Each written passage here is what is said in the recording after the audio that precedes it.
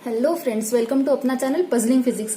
और हम जो बीएससी की सीरीज पढ़ रहे हैं उसमें हम पढ़ रहे हैं सिंपल हार्मोनिक मोशन। और इस यूनिट में आज का टॉपिक है सिंपल पेंडुलम, जैसे कि आप देख सकते हैं। तो चलिए शुरू करते हैं।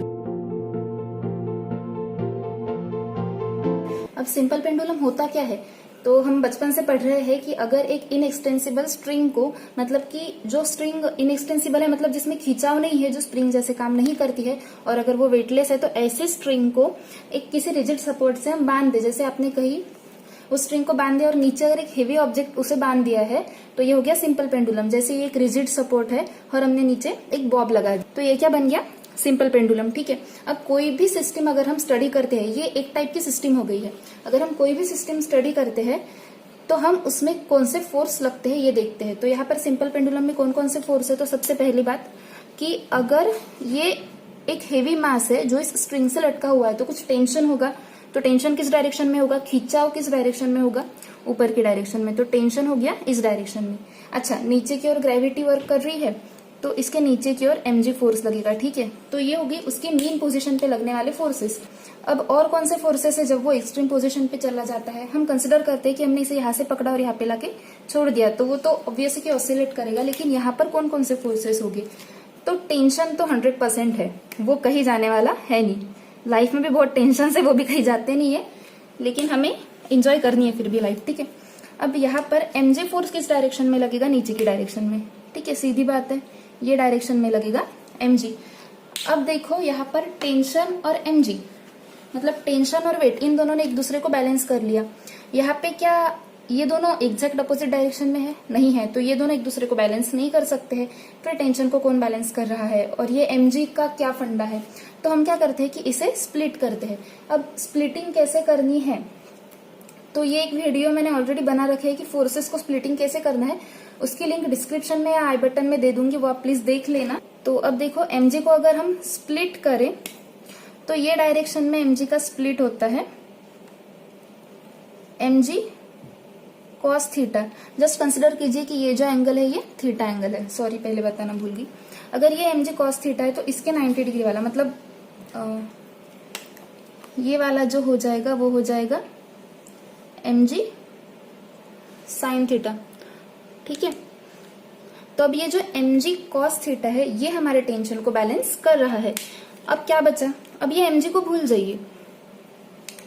अब आप इस mg को भूल जाइए। अब क्या बचा? mg cos थीटा जो बैलेंस कर रहा है टेंशन को, और दूसरा है mg sin थीटा। इसे बैलेंस करने के लिए इसके अपोजिट डायरेक्शन में कोई फोर्स नहीं है।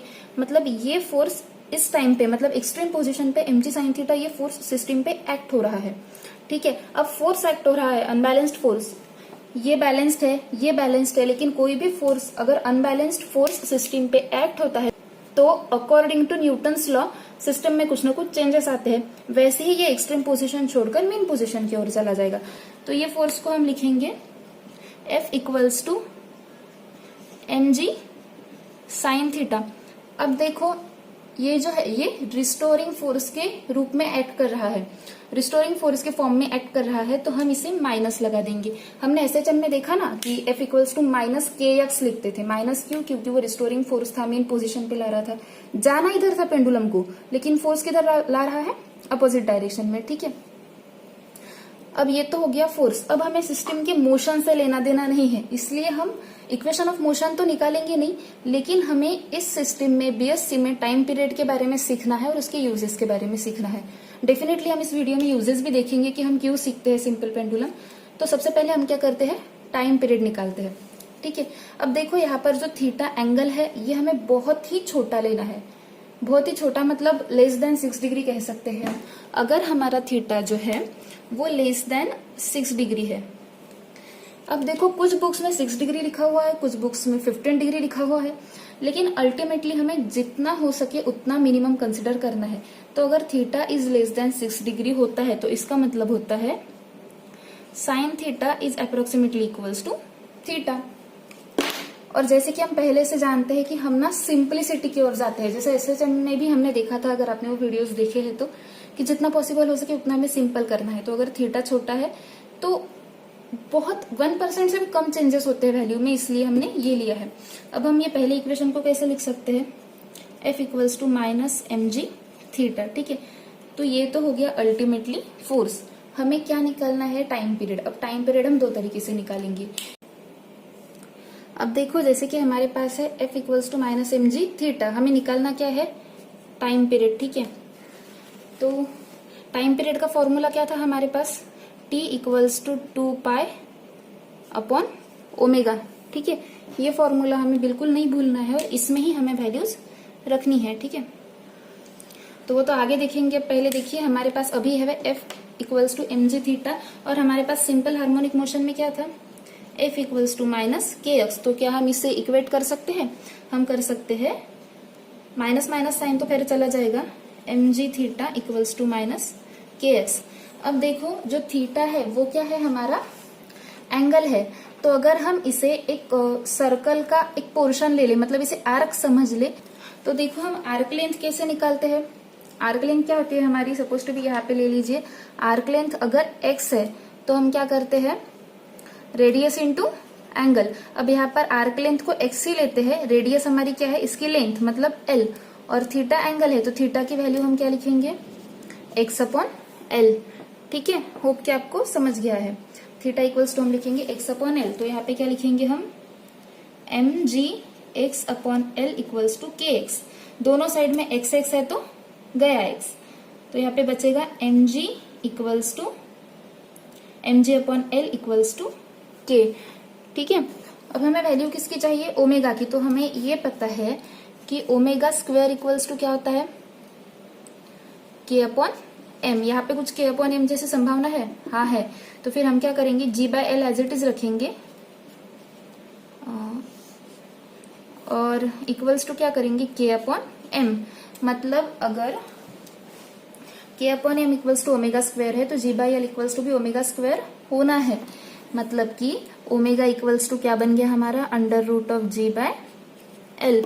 अब हम क्या करेंगे, जो ओमेगा की वैल्यू है वो उठाएंगे और टी की इक्वेशन में रख देंगे। तो हमें क्या मिलता है, T equals to 2 pi 1 by omega, मतलब कि यहाँ पर एल बाय जी। तो ये हो गया हमारा टाइम पीरियड ऑफ पेंडुलम। ठीक है, और अब अगर फ्रीक्वेंसी निकालनी है तो फ्रीक्वेंसी क्या होती है, 1 अपॉन टी, मतलब इसका उल्टा, तो वो बन जाएगा 1 by 2 pi under root of G by L. ठीक है, ये हो गया टाइम पीरियड और फ्रीक्वेंसी हमारे पेंडुलम की। Sorry for inconvenience. ठीक है, अब क्या करते हैं हम, सेम टाइम पीरियड एक दूसरे प्रोसेस से भी निकालते हैं। मैंने जो पहले प्रोसेस एक्सप्लेन की वो मुझे आसान लगी, लेकिन बीएससी की बुक में, जो बुक मैंने रेफर किया था उसमें जो प्रोसेस है वो भी मैं एक्सप्लेन कर देती हूँ। अब देखो एफ की वैल्यू ऑलरेडी हमारे पास है, तो यहाँ से हम क्या निकाल सकते हैं, F upon M equals to क्या होता है, एक्सेलरेशन। तो एक्सेलरेशन की वैल्यू यहाँ से मिलती है माइनस जी थीटा। फिर से थीटा की हम वही वैल्यू रखेंगे एक्स अपॉन एल, तो ए की वैल्यू हमें मिल जाएगी माइनस जी एक्स अपॉन एल। ठीक है, कैसे निकाली है मैंने पहले प्रोसेस में बता दी है। तो ए बाय एक्स मतलब एक्सेलरेशन पर यूनिट डिस्प्लेसमेंट कह सकते हैं, तो इसे लिख सकते हैं माइनस जी बाय एल। तो यहां से अब देखो, अगर हम एक्सेलरेशन की एक दूसरी वैल्यू से कंपेयर करें, मतलब ये इक्वेशन 1 कंसिडर कीजिए और हमें पता है ए इक्वल्स टू होता है माइनस ओमेगा स्क्वायर एक्स। ठीक है, तो हम यहां से इक्वेट करके क्या ले सकते हैं, G X upon L equals to minus omega square X. Ultimately आपको मिलता है G upon L equals to omega square, therefore root G by L equals to omega. अब फिर से अगर आप ये वैल्यू ओमेगा की वैल्यू यहाँ पे रखेंगे तो आपको क्या मिलेगा, टाइम पीरियड जो हमने पहले ही निकाल लिया है, फिर भी रख देते हैं। तो हमारे पास टी मिलता है, T equals to 2 pi by omega equals to 2 pi into under root of L by G, और फ्रीक्वेंसी इसका उल्टा मिलेगा। ठीक है, अब देखो ये हम यूज क्यों करते हैं, तो यहाँ पे सीधा सीधा आपको दिखता है कि टाइम पीरियड है वो लेंथ पे और एक्सेलरेशन ड्यू टू ग्रेविटी पे डिपेंड है। ठीक है, अब हम सिंपल पेंडुलम का यूज कहाँ पे करते हैं या फिर क्यों यूज करते हैं, इस फॉर्मूला का यूज कहाँ पे है। तो देखो यहाँ से अगर हमें टाइम पीरियड और लेंथ पता है, कोई भी पेंडुलम अगर आप ले लो तो उसकी लेंथ आपको पता होती है और उसका टाइम पीरियड भी मेजर्ड होता है, तो उसके हेल्प से हम जी की वैल्यू निकाल सकते हैं। अब जैसे कि हमें पता है या फिर प्रीवियस वीडियोज में हमने पढ़ा कि जी की जो वैल्यू है, मतलब एक्सेलरेशन ड्यू टू ग्रेविटी की जो वैल्यू है वो हाइट के हिसाब से, डेप्थ के हिसाब से, डेंसिटी के हिसाब से क्या होती है, चेंज होती है। तो अगर हमें अर्थ की स्टडी करनी है, प्लेट टेक्टोनिक्स की, मतलब अर्थ की जो प्लेट्स है वो कैसे जगह बदलती है, कैसे डेंसिटी बदलती है, इसकी जो स्टडी होती है उसमें हेल्प होती है सिंपल पेंडुलम की। दूसरा, मिनरल के डिपॉजिट्स कहाँ पे है, कहाँ पे माइंस है, वो कैसी है, क्योंकि माइंस है मतलब बाकी जगहों की हिसाब से उसकी डेंसिटी कुछ तो भी अलग है, तो डेंसिटी अलग है मतलब जी अलग है। जी हमने फाइंड किया सिंपल पेंडुलम की मदद से, इसलिए सिंपल पेंडुलम की मदद से हमने क्या फाइंड किया, मिनरल डिपॉजिट्स फाइंड किए। ठीक है, तो ये हो गए यूजेस। ठीक, अब हम प्रॉब्लम्स देखते हैं थोड़े से। तो हमारा जो फर्स्ट प्रॉब्लम है वो है, what is acceleration due to gravity in a region where simple pendulum having a length 75.000 centimeter and has a period of 1.7357 seconds। ठीक है, तो अब यहाँ पर हमें क्या क्या दिया है, पहले तो what is acceleration due to gravity, मतलब अल्टीमेटली हमें जी निकालना है, जो मैंने अभी यूज कहा। ठीक है, लेंथ दी हुई है, पीरियड दिया हुआ है, पीरियड है सेकेंड में, लेंथ है सेंटीमीटर में। तो हम जो जी फाइंड करते हैं वो मीटर पर सेकेंड स्क्वायर में होता है, इसलिए हमें जो हमारी लेंथ दी है उसको मीटर में कन्वर्ट करना है।